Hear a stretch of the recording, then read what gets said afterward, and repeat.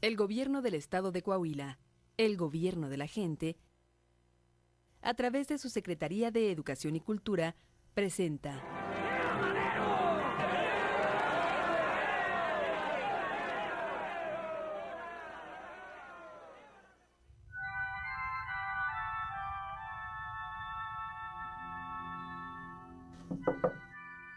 Ya son 10 días, hay muchos muertos.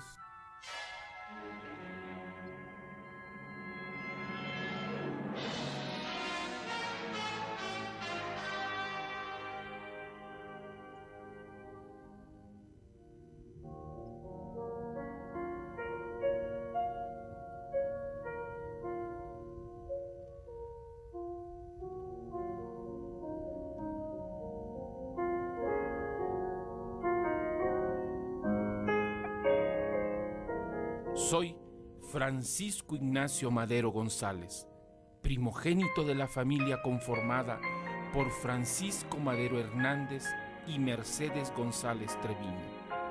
Nací el 30 de octubre de 1873 en la Hacienda del Rosario, en Parras de la Fuente, Coahuila. Como hermano mayor, gocé de una infancia feliz, con el amor y protección de mis padres, apoyada en una educación sólida que con los años compartí con mis 15 hermanos. La primera instrucción la recibí de mis maestros particulares Albinita Maínez, Chonita y Manuel Cervantes.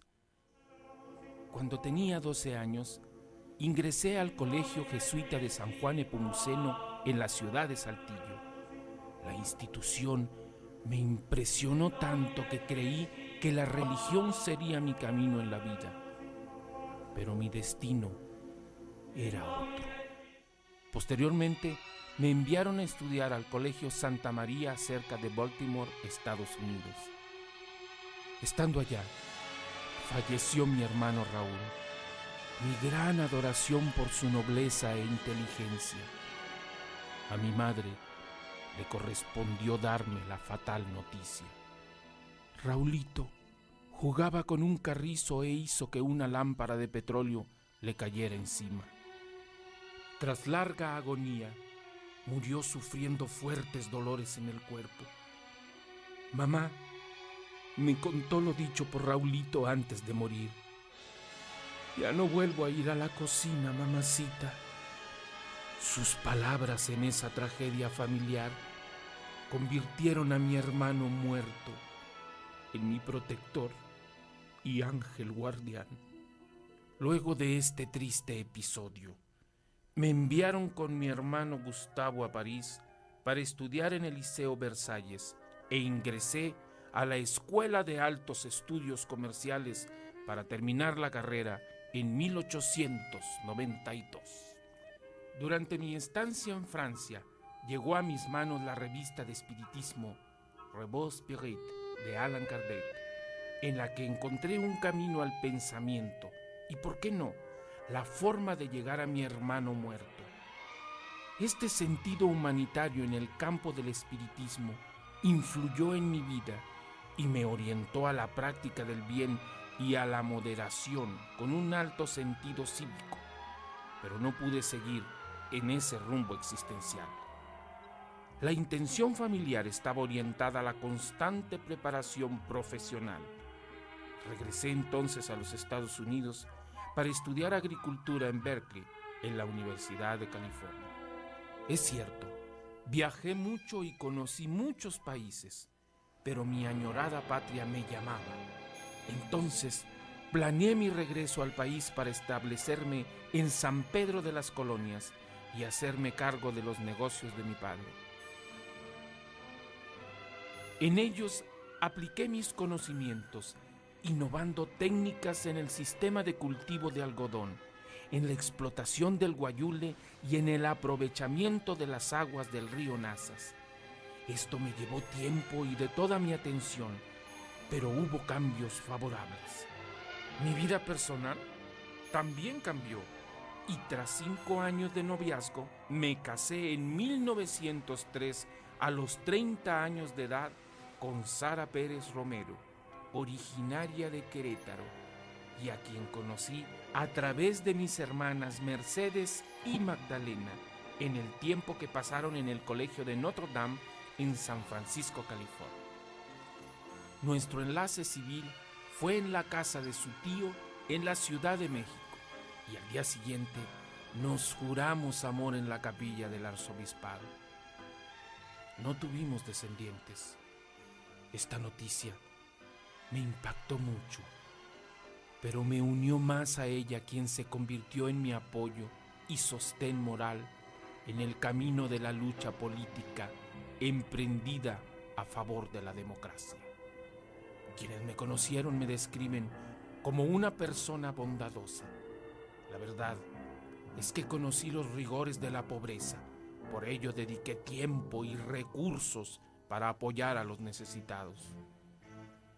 Visité y atendí enfermos aplicando la homeopatía, porque la gente no tenía recursos suficientes para atenderse y muchas veces morían sin consultarse.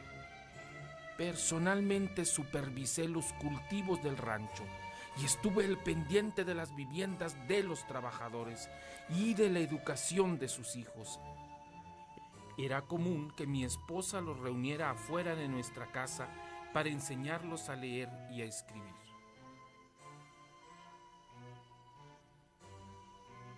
Para algunas personas fui muy inteligente y sensible. No tenía malicia, pero otros atribuyen a esa sensibilidad la forma en que enfrenté los problemas políticos. Físicamente era bajo de estatura, de hablar fuerte y ademanes bruscos. Por naturaleza de fácil sonrisa que inspiró confianza en quienes me trataron. En mis ratos libres, caminaba mucho para ejercitarme, practiqué la natación y disfruté de los bailes en el pueblo en los que la gente me demostraba su simpatía. Durante mis viajes a Europa, aprendí y amplié los conocimientos que me llevaron a analizar la realidad de México y a reflexionar soluciones. Así inició mi propósito de lograr una vida democrática del país que era gobernado por la misma persona desde hacía algunos años. En 1904, en San Pedro de las Colonias, fundé el Club Democrático Benito Juárez, con el propósito de participar en la elección de alcalde. Publiqué el órgano periodístico El Demócrata, en el que difundí mis ideas bajo el seudónimo de Vox Populi, Vox Dei, y fui además colaborador en el periódico satírico El Mosco.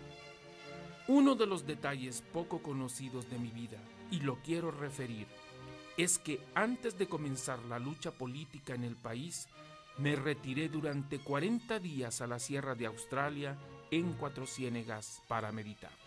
Solo, sin más cobijo que la cruda naturaleza, fortalecí espíritu y cuerpo para luego bajar y desafiar al dictador Díaz y a sus protegidos. Esta experiencia la difundí con el libro La Sucesión Presidencial en 1910, documento que me proyecta a la participación política nacional. De este libro envié un ejemplar al presidente Porfirio Díaz con una carta en la que le aseguraba que el país estaba apto para la democracia, pero Díaz no tomó en serio mis ideas. En 1910 fundé el Partido Nacional Antireeleccionista para contender en las elecciones contra el presidente Díaz, quien ocupaba el cargo desde 1877. Ese mismo partido me distinguió como candidato a la presidencia de la República, pero tras alcanzar un alto nivel de popularidad, el gobierno alarmado decidió encarcelarme durante la campaña electoral, primero en Monterrey, a pretexto de insultos a Díaz, y luego me enviaron a San Luis Potosí para que se abriera un proceso bajo cargos de conato de rebelión y ultraje a las autoridades. Cuando estaba en Monterrey, escribí a Díaz reprochándole su falta de ética, su engaño al pueblo y le advertí que él sería responsable ante los ojos del mundo de lo que sucediera en el país si volvían las prácticas fraudulentas en las elecciones. Gracias al apoyo de algunos amigos, obtuve la libertad provisional luego de que Díaz se reeligiera fraudulentamente. Ya libre en San Luis Potosí, contemplé la posibilidad de abandonar la ciudad.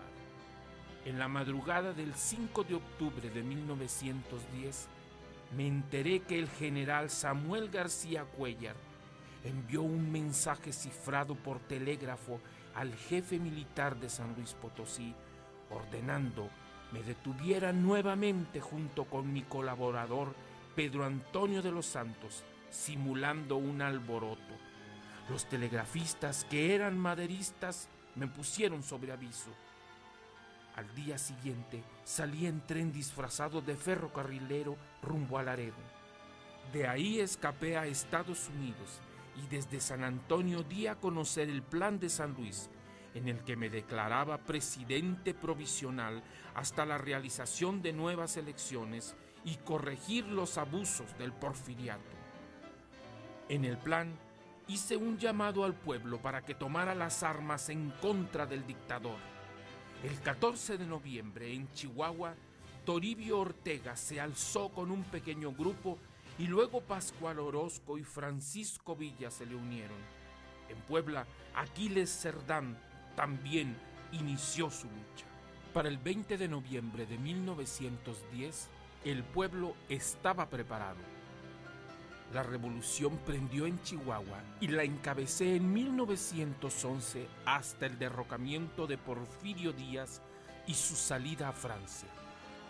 Con elecciones transparentes fui electo presidente y a José María Pino Suárez se le eligió vicepresidente. Díaz se había ido, pero su salida no solucionaba los problemas del país. La riqueza seguía estando en manos de poca gente. Los campesinos querían sus tierras y los obreros buscaban salarios dignos y mejores condiciones de vida y de trabajo. Quise resolver la situación en el país, siempre apegado a la ley, pero llevaba tiempo instrumentar acciones. No me crucé de brazos.